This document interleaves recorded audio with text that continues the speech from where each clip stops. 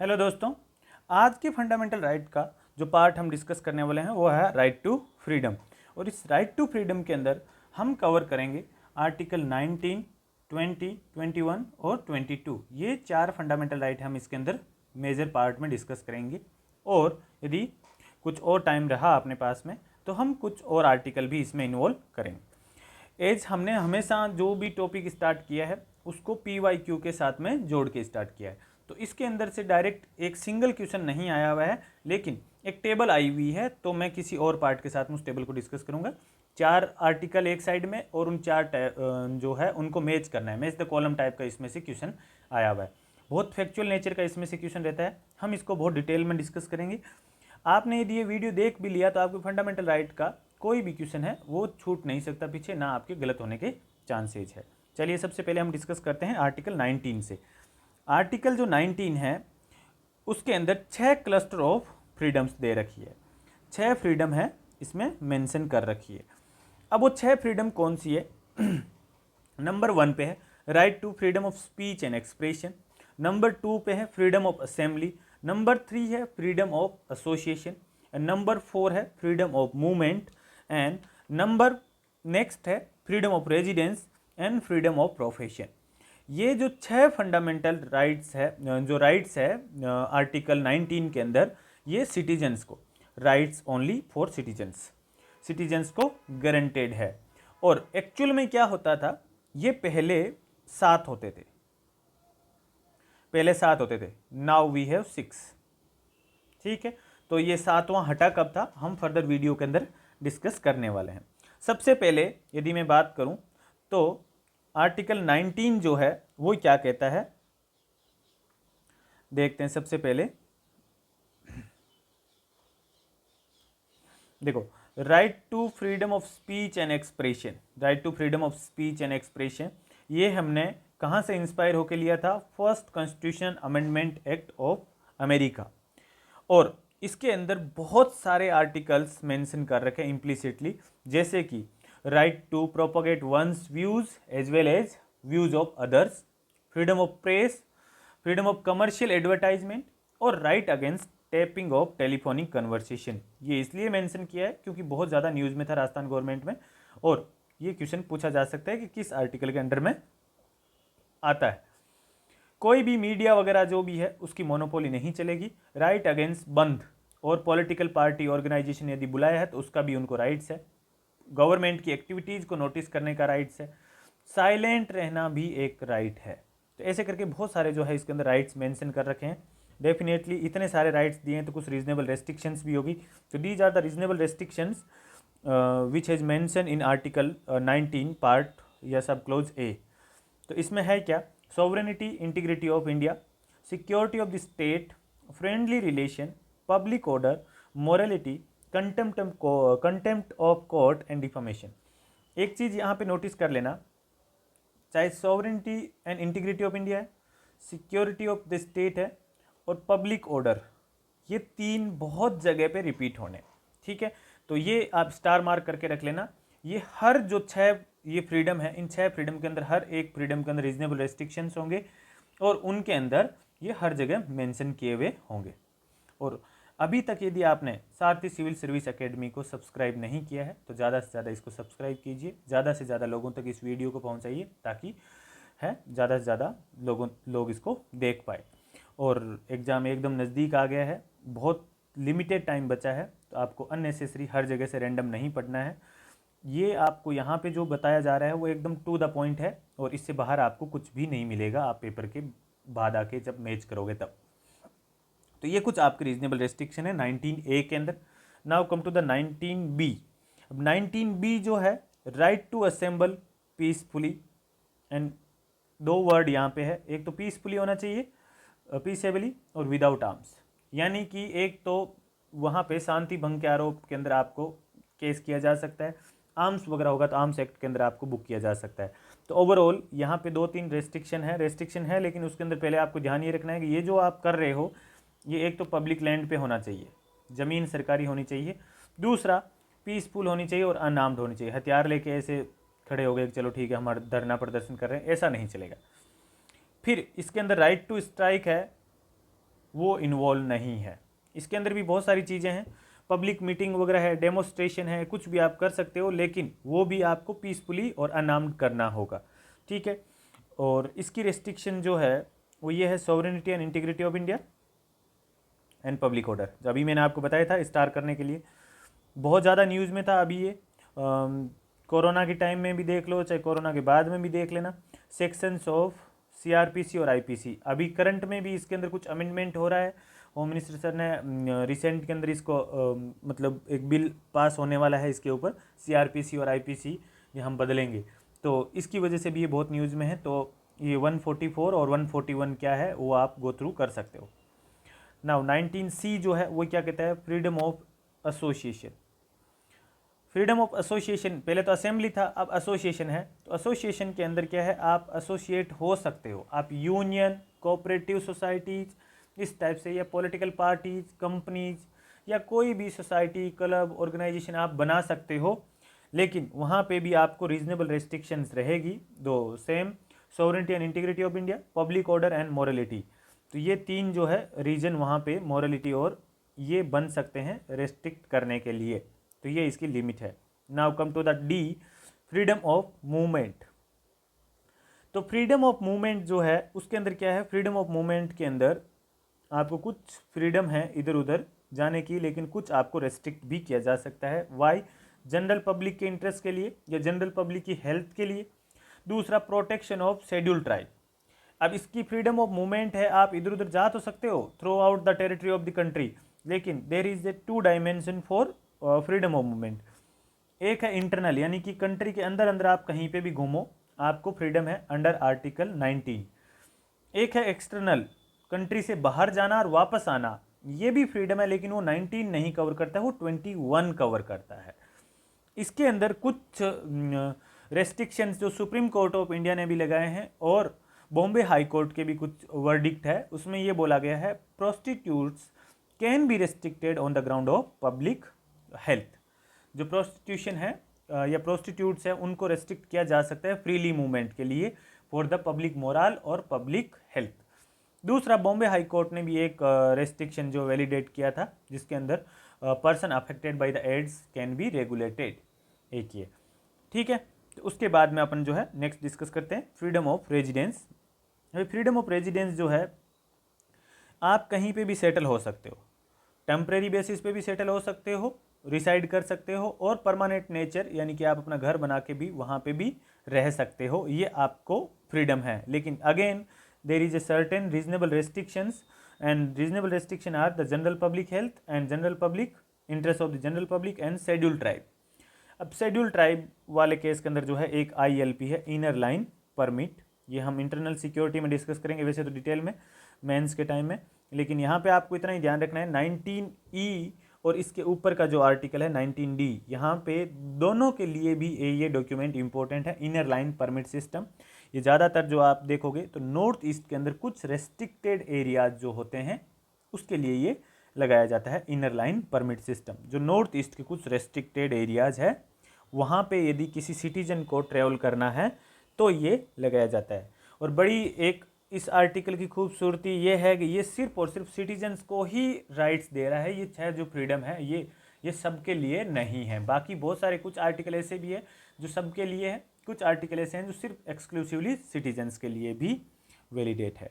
तो inner line permit होती क्या है? इनर लाइन परमिट है एक ऐसा डॉक्यूमेंट जो सिटीजन्स को ट्रैवलिंग के टाइम में इशू किया जाता है सेंट्रल गवर्नमेंट की तरफ से। और ये ट्रैवल कौन से एरिया के लिए? ऐसे एरिया जहाँ पे ट्रैवल करना रेस्ट्रिक्टेड कर रखा है, मनाही कर रखा है, तो वहाँ पे आपको एक तरीके का ये ऐसे मान लीजिए कि इंटरनल पासपोर्ट है, पासपोर्ट तो नहीं कह सकते लेकिन वो ऐसा एक वैलिड डॉक्यूमेंट है जो जिसकी वजह से आप इधर उधर बेरोक-टोक जा सकते हो, जिसके अंदर क्या है शेड्यूल ट्राइब के ज़्यादा से ज़्यादा हम प्रोटेक्ट कर सकते हैं राइट्स को।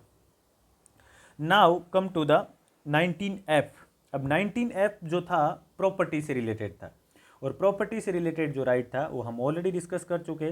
44th कॉन्स्टिट्यूशन अमेंडमेंट एक्ट 1978 के अंदर ये एफ का जो क्लोज था वो डिलीट कर दिया गया। Now 19G freedom of profession. अब फ्रीडम ऑफ प्रोफेशन जो है, चलो ठीक है, आप कैसा भी आप बिजनेस है, right to practise any profession और carry out any occupation, trade, business आप कर सकते हो, और ओवरऑल आप अपनी लाइवलीहुड को कमाने के लिए। लेकिन एक आपका आर्टिकल है 301 जो फंडामेंटल राइट के पार्ट से बाहर कर रखा है, 3 के अलावा। उसका भी काम है ट्रेड और इस तरीके का बिजनेस से रिलेटेड, यानी कि trade, commerce, intercourse through out the territory of India shall be free, यानी कि आप यहाँ पे भी घूम फिर के बिजनेस ही है, ऊपर वाले में भी घूम फिर के आपका बिजनेस ही है। तो इन दोनों में फ़र्क क्या हुआ? तो इनमें फ़र्क है, हम देख लेते हैं। 19G जो है वो फंडामेंटल राइट है। अब फंडामेंटल राइट है तो डेफिनेटली आपकी एक्स्ट्रा प्रोटेक्शन है, you can directly approach to the high court और supreme court in case of violation. But 301 जो है वो एक कॉन्स्टिट्यूशनल राइट है, लीगल राइट है, और you need to follow the procedure for further settlement. ठीक है, तो 301 और 19G में ये डिफरेंस है। Then now come to the under article 20, protection in respect of conviction of for offences. अब ये जो आर्टिकल है ये सबके लिए है, फॉर ऑल, सबके लिए है।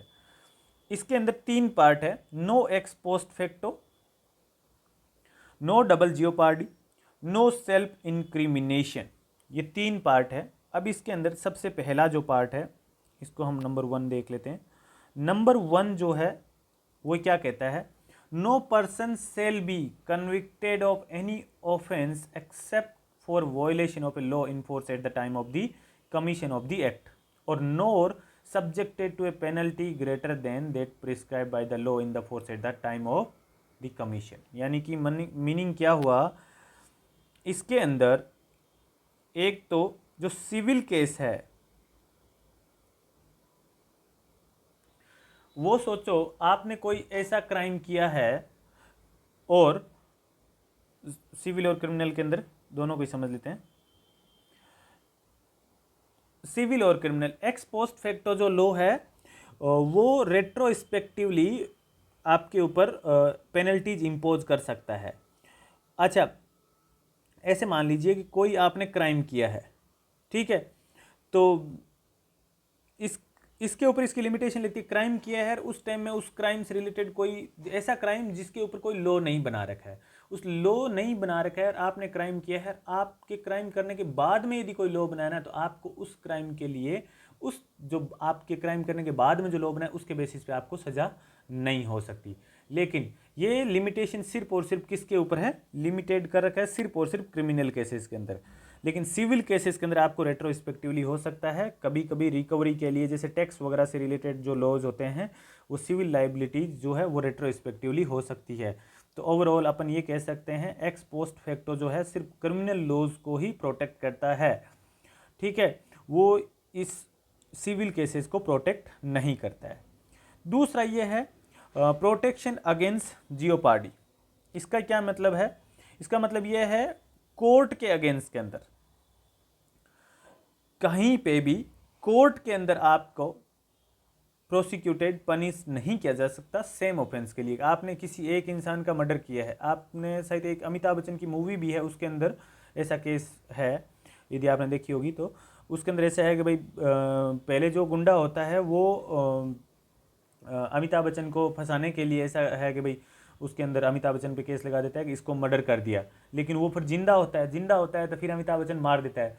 तो अमिताभ बच्चन तो पहले ही उसके लिए सज़ा भुगत चुका है, तो फिर वापस सेम केस के लिए सज़ा कैसे? ऐसे एक मूवी के अंदर है अमिताभ बच्चन की, मेरे को मूवी का नाम नहीं याद आ रहा है, लेकिन आपने किसी ने देखी होगी तो आप एक बार गो थ्रू कर लेना।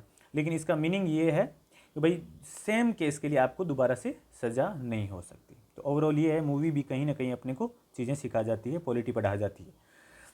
आगे जो है, बट इसके अंदर ये है कि लिमिटेशन जो है ना सिर्फ और सिर्फ कोर्ट केस पे ही है। डिपार्टमेंटल कार्रवाई या डिसिप्लिन रिएक्शन है, डिपार्टमेंट ले सकता है, लेकिन कोर्ट है वहां तक लिमिटेड कर रखा है। फिर थर्ड है no self incrimination. No self incrimination के अंदर क्या है? No person accused of any offence shall be compelled to be a witness against himself. यानी कि कुछ भी सेल्फ इंक्रिमिनेशन है, आप ओरल एविडेंस, डॉक्यूमेंट्री एविडेशन कुछ भी है आपको प्रोटेक्ट किया जाएगा। लेकिन कुछ इसके अंदर एक्सक्लूजन ये होता है कि यदि कोई कंपलसरी पार्ट है इन्वेस्टिगेशन का तो वहाँ आपको कोरिलेट करना पड़ेगा, वहाँ पे आपको कोऑपरेट करना पड़ेगा। तो ओवरऑल यहाँ पे भी जो है ये extends only to criminal proceeding,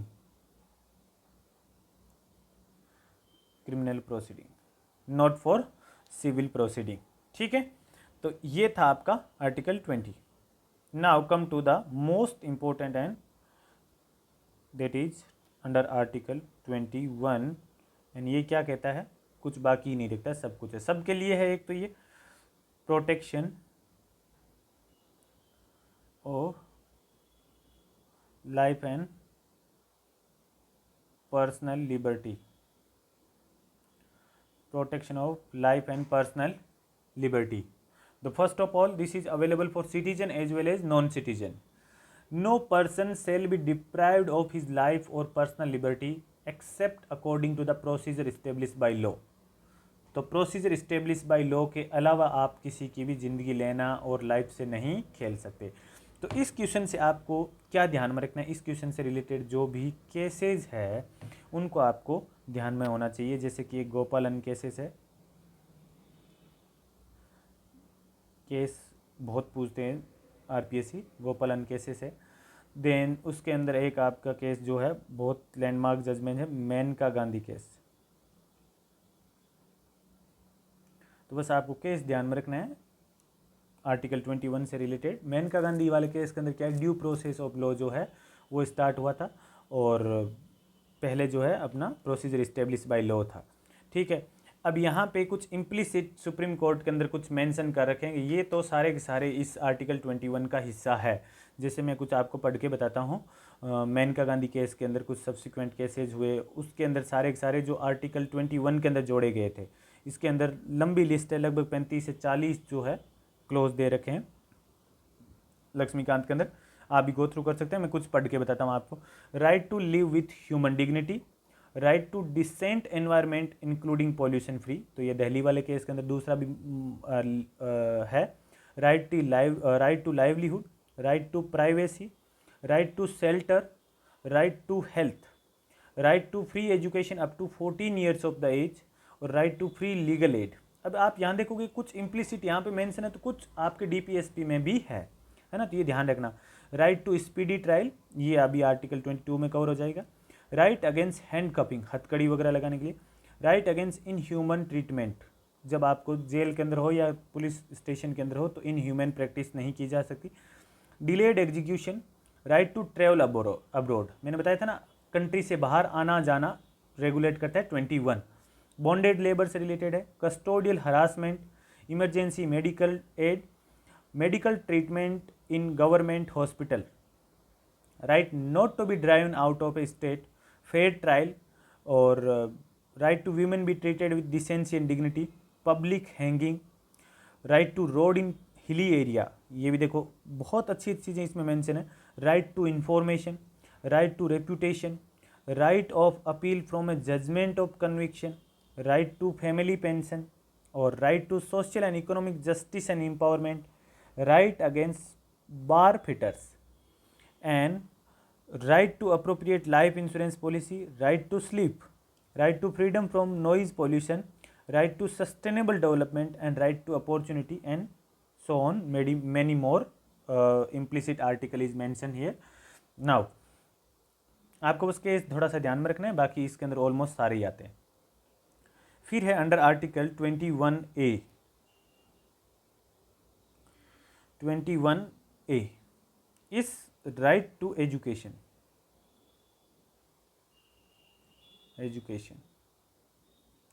ये जोड़ा गया था 86 कॉन्स्टिट्यूशन अमेंडमेंट एक्ट 2002 के अंदर, आरटीई एक्ट 2009। तो ओवरऑल क्या है, free and compulsory education to all the children of age of 6 to 14 year, 6 to 14 years free education, free and compulsory education, ये सबके लिए है, एजुकेशन फॉर ऑल। ठीक है, तो ये आर्टिकल 45 में भी था मेंशन, पार्ट 4 के अंदर जो डीपीएसपी डिस्कस किया था उसके अंदर भी है। और एजुकेशन से रिलेटेड आपके कहाँ कहाँ मेंशन है, 51A के अंदर भी मेंशन है। तो ये कंफ्यूज मत होना कहाँ कहाँ है ये, तो आपको ये ध्यान में रखना है इसके अंदर। ठीक है, एक तो आपके 21A में है, फिर दूसरा 45 के अंदर है पार्ट 4 में, तीसरा है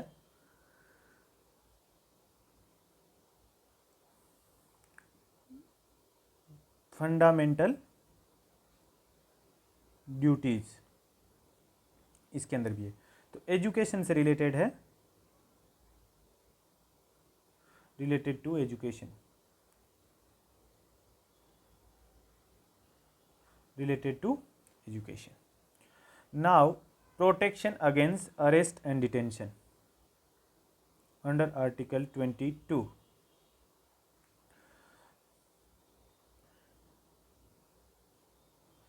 protection against arrest and detention, arrest and detention. अब इसके अंदर है दो पार्ट डिस्कस करेंगे। डिटेंशन जो है दो टाइप की होती है, यहाँ डिटेंशन की यदि बात करें तो ये दो टाइप की होती है। नंबर 1 है प्रिवेंटिव, पहले प्यूनिटिव डिस्कस कर लेते हैं। नंबर 1 है प्यूनिटिव एंड नंबर 2 है प्रिवेंटिव। डिटेंशन जो है, यदि मैं बात करूं, प्रिवेंटिव डिटेंशन जो है वो प्रिकॉशनरी मेजर है।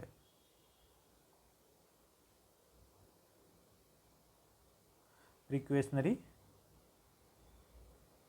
मेजर है सस्पिशियस एक्टिविटीज़ के बेसिस पे, और प्यूनिटिव जो है वो अलग है। ठीक है, तो प्रिवेंटिव किसी ने यदि, जैसे कि प्यूनिटिव वाले में फेयर ट्रायल होगी कि किसी ने पनिश करना है या किसी ने ऑफेंस कमिटेड कर दिया है, तो ट्रायल के बाद में कोर्ट के अंदर कन्विक्ट होगा, ये प्रोसीजर से होगा। उसका जो प्रोसीजर है ऑन द स्पॉट ही ज़्यादातर बनता है। तो दो पार्ट हो गया, 2 पार्ट इस 22 के। नंबर 1 तो है ऑर्डिनरी लॉ, ये 8th क्लास की एनसीईआरटी जो है सिविक्स, उसके अंदर भी ये बहुत डिटेल मेंशन है, डी के बासु गाइडलाइन। ठीक है, और दूसरा आपका पीडी। तो सबसे पहले अपन पार्ट ऑर्डिनरी लॉ के हिसाब से बात करें, ऑर्डिनरी लॉज, इसके अंदर फर्स्ट पार्ट ये कहता है कि following rights on a person who is arrested और detain under an ordinary law. तो ये जो पहला जो है ये आपका कंसिडर किया जाता है प्यूनिटिव, और पीडी तो आपका प्रिवेंटिव हो ही गया। ऑर्डिनरी लॉज जो है इसके अंदर क्या होता है, ऑर्डिनरी लॉज के अंदर right to be informed,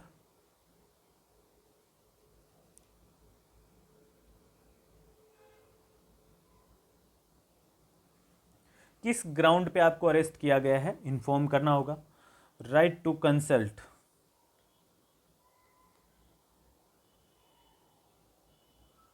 right to consult, या फिर इस कंसल्ट के अंदर ये भी इंक्लूड है लीगल प्रैक्टिशनर यानी वकील वगैरह।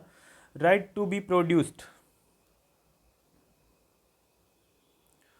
Produced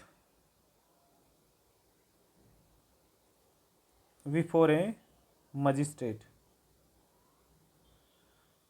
within 24 hours, and right to be released, right to be release, यदि आगे कुछ पुलिस कस्टडी या जुडिशियल कस्टडी यदि मजिस्ट्रेट नहीं करता है तो उसको 24 घंटे के अंदर रिलीज करना भी होता है। ये सिर्फ और सिर्फ किसके लिए अवेलेबल है, ये जो पार्ट 1 है वो not available to any enemy alien और पर्सन अरेस्टेड और डिटेंटेड। तो इसकी लिमिटेशन क्या है, लिमिटेशन इसकी है not available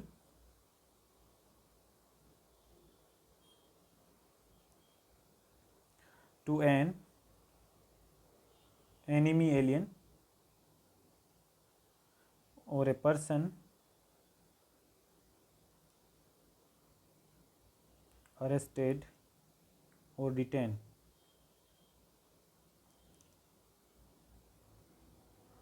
under a preventive detention law। तो ये इसकी कुछ लिमिटेशंस है। अब बहुत सारे और केसेस भी होते हैं, लाइक आर्टिकल 22 है जो क्या क्या नहीं कवर करता है। 22 है, it does not cover arrest under the order of a court, civil arrest, arrest on the failure to pay the income tax and deportation of an alien, ये जो है नहीं इंक्लूड होता है। चलिए इसके अंदर हम डिस्कस कर लेते हैं सेकंड पार्ट। सेकंड पार्ट के अंदर आता है प्रिवेंटिव डिटेंशन। अब जो आपने ऑर्डिनरी लॉ के अंदर फर्स्ट पार्ट में पढ़ा था वो बहुत सारी चीज़ें जो है सेकंड पार्ट में लागू ही नहीं होती है।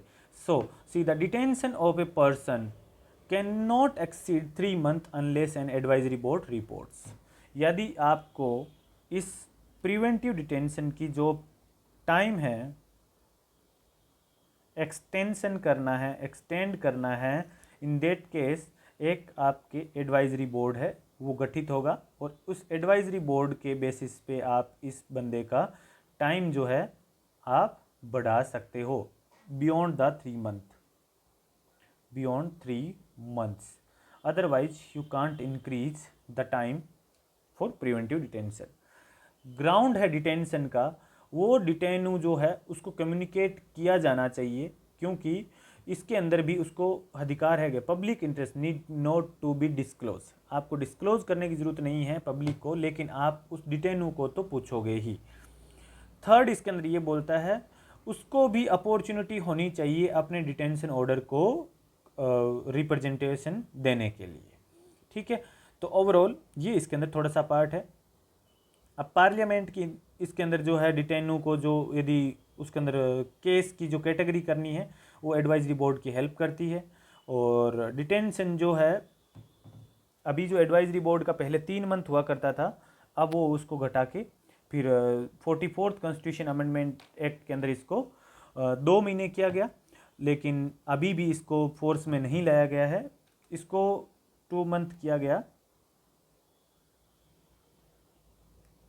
by 44th Constitution Amendment Act 1978, but not yet came in force। ठीक है, तो ये राइट टू फ्रीडम वाला पार्ट था आपकी। राइट टू फ्रीडम वाले पार्ट के अंदर कुछ और भी चीज़ें जो है आप प्रिवेंटिव डिटेंशन के अंदर चीज़ें मेंशन कर सकते हैं, जैसे कि कुछ प्रिवेंटिव डिटेंशन से रिलेटेड लॉज बना रखे हैं।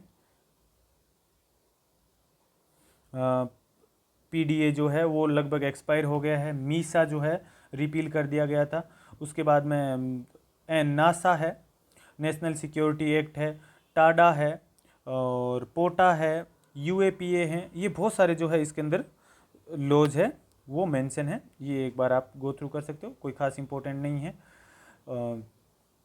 Parliament has exclusive authority to make a law of preventive detention for reason connected with defence. Parliament कब इंटरफेयर करेगी लॉ से रिलेटेड? पार्लियामेंट इंटरफेयर करेगी यदि ऐसे लॉज जिससे रिलेटेड है defence, foreign affair, defence, foreign affairs and security of India, security of India. और parliament plus state both, ये कब बनाएगी, ये कब कर सकती है? सिक्योरिटी ऑफ स्टेट, इससे रिलेटेड लॉ बनाने हो तो maintenance of public order,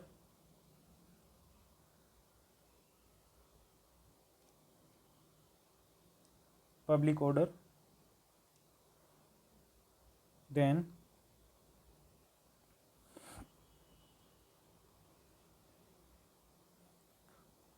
maintenance of supplies and service.